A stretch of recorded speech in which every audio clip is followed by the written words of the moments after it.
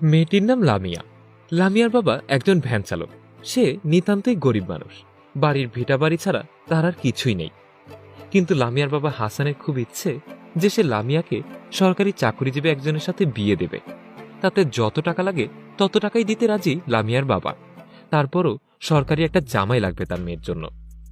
তাই ঘটককে বললে ঘটক একদিন জনি নামের একটি সরকারি চাকরিজীবী ছেলেকে নিয়ে লামিয়াকে দেখতে আসে। লামিয়া আস্তে আস্তে লাজুকভাবে ছেলেটির সামনে এসে বসে। লামিয়াকে দেখে তখন ছেলেটি তাকে পছন্দ হয়ে যায়। ছেলেটি লামিয়াকে পছন্দ করে বলে, আমার এই মেয়েকে পছন্দ হয়েছে, আমি এই মেয়েকে বিয়ে করতে চাই। ঘটক এবং লামিয়ার বাবা তখন দুই হাত তুলে বলে, আলহামদুলিল্লাহ। জনি তখন বলল, তবে আমার একটি কথা আছে। হাসান জিজ্ঞেস করল, কি কথা? তখন জনি বলল, আমার 5 লক্ষ টাকা লাগবে। উপহার হিসেবে যদি দিতে পারেন তবেই বিয়ে হবে, আর তা না হলে এই বিয়ে হবে না। হাসান তার কথা শুনে বলল, আমি রাজি, তবে আমাকে কিছুদিন সময় দিন। জনি তার উত্তরে বলল, ঠিক আছে। এবার ঘটক এবং জনি সেখান থেকে চলে যায় এবং লামিয়ার বাবা চিন্তায় পড়ে যান। তিনি ভাবতে থাকেন, এত টাকা আমি কিভাবে জোগাড় করব? কোথায় পাবো আমি এত টাকা? এত কিছু ভেবে আর কোনো রাস্তা পাচ্ছে না লামিয়ার বাবা। তখন সিদ্ধান্ত নেয় যে তার বাড়ির ভিটা জমি বিক্রি করেই সে লামিয়াকে বিয়ে দেবে। এবার জমি বিক্রিও হয়ে যায়, কিন্তু 5 লক্ষ টাকার পুরোপুরি জোগাড় হয় না। তাই অনেক টাকা ধার নিয়ে সে 5 লাখ টাকা জোগাড় করে।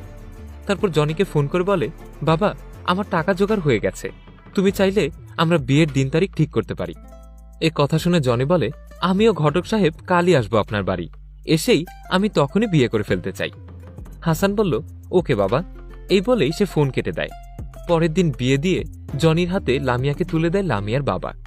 লামিয়াকে নিয়ে জনি সেখান থেকে চলে যায়। এরপর ভালোই কাটছিল লামিয়ার বিবাহিত জীবন। এভাবেই কেটে যায় 3টি বছর। 3 বছরে একবারও লামিয়া তার বাবার বাড়িতে বেড়াতে যায়নি। এদিকে 3 বছরে অনেক টাকার মালিক হয় জনি। জনি একদিন লামিয়ার সাথে প্রথমবার লামিয়ার বাবার বাড়ি বেড়াতে যায়। বেড়াতে গিয়েই ঘরে ঢুকে জনি কেমন জানি আনইজি ফিল করতে থাকে, আর এদিক ওদিক তাকিয়ে বলে, এটা আমি কোথায় এলাম? এটা কি কোনো বাড়ি নাকি গরুর গোয়াল ঘর? ছি! লামিয়া তখন বলে, এটা আপনি কি বলছেন? এটা কোনো কথা হলো? জনি বলল, আমি ঠিকই বলেছি, এই আমি কোথায় বিয়ে করেছি?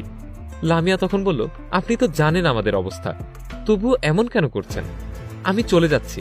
এই কথা বলেই তখন জনি বের হয়ে বাড়ি চলে যেতে লাগলে লামিয়ার বাবা এসে জনির হাত ধরে টান দিয়ে বলে, কি হয়েছে বাবা, তুমি রাগ করছো কেন? জনি তখন বলে, এই গোয়াল ঘরে আমি থাকতে পারবো না, একটা ভালো বাড়িও বানাতে পারেননি আপনি। এবার লামিয়ার বাবা কাঁদতে কাঁদতে বলে, বাবা, লামিয়াকে বিয়ে দেওয়ার সময় আমি বাড়ির জমি বিক্রি করে ও ধার করে 5 লক্ষ টাকা জুগিয়েছিলাম। এর ধারের টাকাই এখনো শোধ করতে পারিনি। ভালো বাড়ি করব কি দিয়ে বলো বাবা? তাই আমি ভালো বাড়ি বানাতে পারিনি।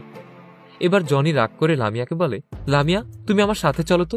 তোমার বাবা ভালো বাড়ি যেদিন বানাতে পারবে সেদিনই আমি আসব, আর তুমিও সেদিনই আসবে। আর যদি কোনোদিনই বাড়ি না বানাতে পারে তাহলে তুমি আর আমি কোনো দিনই আসবো না। বলে লামিয়াকে হাত ধরে টানতে টানতে সে বাড়ি থেকে নিয়ে যায় জনি। তখন বসে বসে সেখানে কাঁদতে থাকে লামিয়ার বাবা। এভাবেই কেটে যায় 8টি বছর। লামিয়া আর বাবার কাছে ফিরে আসেনি। 8 বছর পর লামিয়ার বাবা মন ভার করে বসে বসে ভাবতে থাকে আর বলতে থাকে, আমি গরিব হয়ে ধনী সরকারি চাকরিজীবীর সাথে মেয়ের বিয়ে দিয়েছি বলেই আজ আমার এই অবস্থা। ভিডিওটি ভালো লেগে থাকলে লাইক, কমেন্ট এবং শেয়ার করতে ভুলবেন না। কমেন্ট বক্সে জানান আপনার মূল্যবান মতামত।